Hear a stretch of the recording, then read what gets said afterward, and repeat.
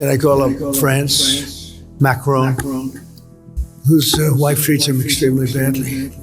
And Parece que a relação entre Trump e Macron não é melhor neste momento. O Irão está a curar portagem no Estreito de Hormuz e só aceita pagamento em yuan chinês ou stablecoins. A Oracle despediu 30 mil pessoas de uma vez com um único e-mail e isto representa 18% da sua força de trabalho. O petróleo voltou a disparar 7% depois de Trump ter anunciado no seu discurso que queria atingir o Irão com uma enorme força militar. E um dos meus destaques favoritos é que a SpaceX já avançou efetivamente com o pedido de IPO, pode ser o maior de sempre na Wall Street, com uma avaliação acima de 1,75 bilhões de dólares. Tudo isto e muito mais neste BT Market News. Ora bem, então vamos começar com o que está a acontecer no Estreito de Hormuz, porque a situação continua bastante incerta. A Guarda Revolucionária do Irão começou a cobrar uma taxa de passagem aos navios que querem atravessar o Estreito, a começar com $1 por barril do petróleo transportado. E a parte mais interessante é que os pagamentos só são aceitos em yuan chinês ou em stablecoins, ou seja, isto ameaça o dólar americano, que sempre foi a moeda de transação escolhida para pagamentos do petróleo. Passamos agora à Oracle, que fez um dos despedimentos mais brutais dos últimos anos, que a empresa cortou 30 mil postos de trabalho, que é o equivalente a cerca de 18% de toda a força de trabalho global. Para quem trabalha em tecnologia, isto é mais um sinal que a reestruturação do setor está apenas a começar. As grandes empresas estão a cortar em áreas tradicionais para redirecionar o capital para a inteligência artificial. E quem fica pelo caminho são milhares de trabalhadores. Agora sobre o petróleo, o crudo subiu até os $110 por barril novamente, depois de Trump ter afirmado que os Estados Unidos vão acabar com a guerra e sair do Irão em 2 ou 3 semanas. Mas que até lá iriam atacar fortemente o Irão. Além disso, Trump veio ainda dizer que o Irão teria pedido um cessar-fogo, mas o Irão negou tudo. O ministro dos Negócios Estrangeiros iraniano disse que as alegações de Trump sobre o Irão ter pedido um cessar-fogo são falsas e sem fundamento. A SpaceX, que é a empresa do Elon Musk, apresentou confidencialmente o pedido de IPO à SEC, que é o regulador do mercado de capitais nos Estados Unidos. O objetivo é uma estreia em bolsa em junho de 2026, portanto daqui a poucos meses, uma avaliação que pode ultrapassar os 1,75 bilhões de dólares e uma angariação de até 75 mil milhões. Se isto concretizar, será o maior IPO de sempre, superando o recorde da Saudi Aramco em 2019, e a SpaceX também estaria diretamente no top 10 das maiores empresas cotadas no mundo. Agora, passando ao mercado de ações e aos earnings desta semana, não começo com uma boa notícia, porque a Nike apresentou resultados e não correu muito bem.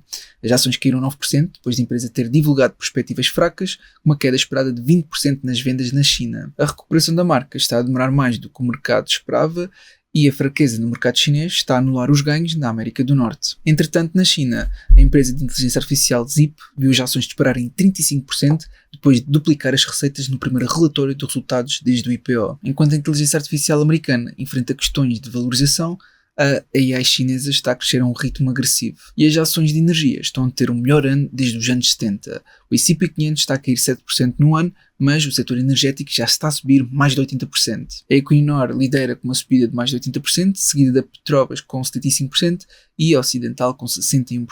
A BP, por outro lado, enterrou silenciosamente o seu plano de energia verde, porque o responsável pela divisão de carregamentos de veículos elétricos saiu e é o segundo em menos de um ano. O investimento em energia limpa foi cortado de 5 mil milhões para menos de 500 milhões, enquanto o CAPEX em petróleo e gás se mantém nos 10 mil milhões por ano. E a Microsoft está em negociações exclusivas com Chevron para construir uma das maiores centrais a gás da história dos Estados Unidos. Estamos a falar de 7 mil milhões de dólares, 2.500 megawatts de capacidade, dedicada inteiramente a alinhar data centers de AI. E as companhias aéreas globais cortaram drasticamente a capacidade para abril, passando um crescimento previsto de 5,4% para apenas 0,2%.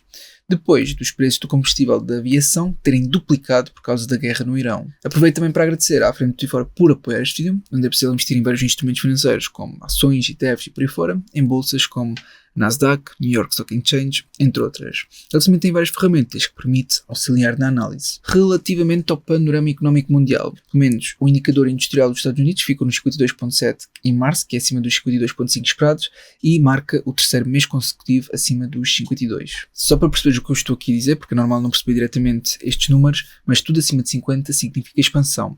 Ou seja, apesar da guerra no Irão e do petróleo acima dos $100, a indústria americana continua a aguentar-se. Além disso, o emprego privado nos Estados Unidos também surpreendeu pela positiva.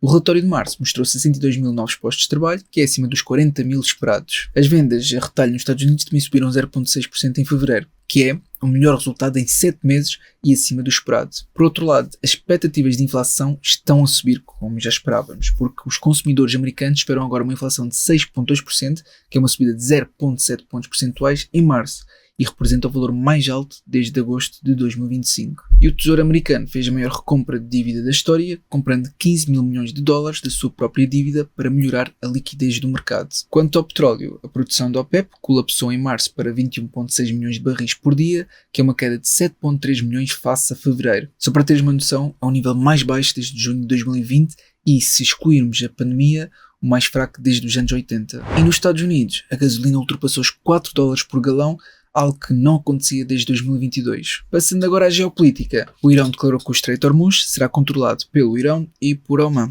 O ministro dos Negócios Estrangeiros iraniano disse que, após a guerra, serão estes dois países a decidir o futuro do Estreito, e não a comunidade internacional. Trump ameaçou cortar o fornecimento de armas à Ucrânia se a Europa não ajudar a formar uma coligação para reabrir o Estreito de Hormuz. Basicamente, está a usar a Ucrânia como moeda de troca para pressionar os europeus a envolverem-se militarmente no Golfo. O primeiro-ministro britânico anunciou que o Reino Unido vai receber uma reunião com cerca de 35 países esta semana para discutir a reabertura do Estreito de Hormuz. Já os Emirados Árabes Unidos pediram à ONU que autorize o uso de força para reabrir o Estreito. Enquanto isso, os serviços de inteligência americanos concluíram que o Irão não está neste momento disposto a negociações substanciais. O Irão acredita que está numa posição de força e que não precisa de ceder às exigências diplomáticas americanas. No que toca à guerra na Ucrânia, a União Europeia vai entregar 1,4 mil milhões de euros de juros gerados por ativos russos imobilizados à Ucrânia.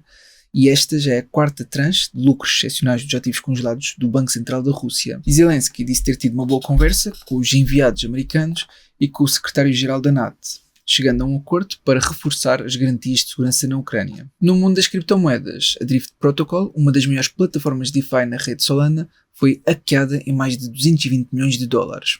E o token da plataforma caiu 30% de imediato. Por outro lado, a BlackRock afirmou que 80% dos americanos vão em breve ter acesso a Bitcoin e Ethereum nos seus planos de reforma 401k.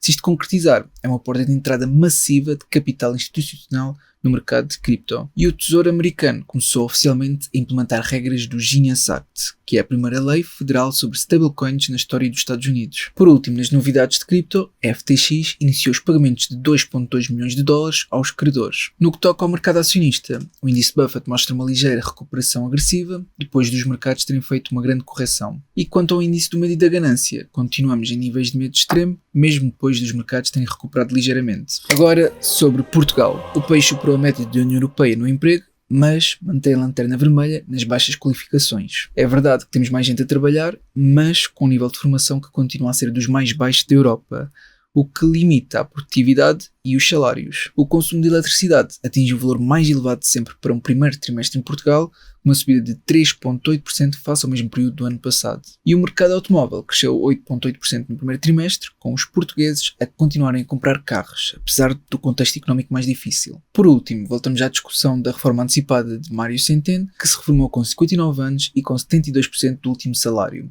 o que equivale a cerca de 10 mil euros mensais. Só para teres noção que isto já gerou diversas críticas, uma vez que a idade da reforma para um cidadão comum é de 66 anos e 9 meses.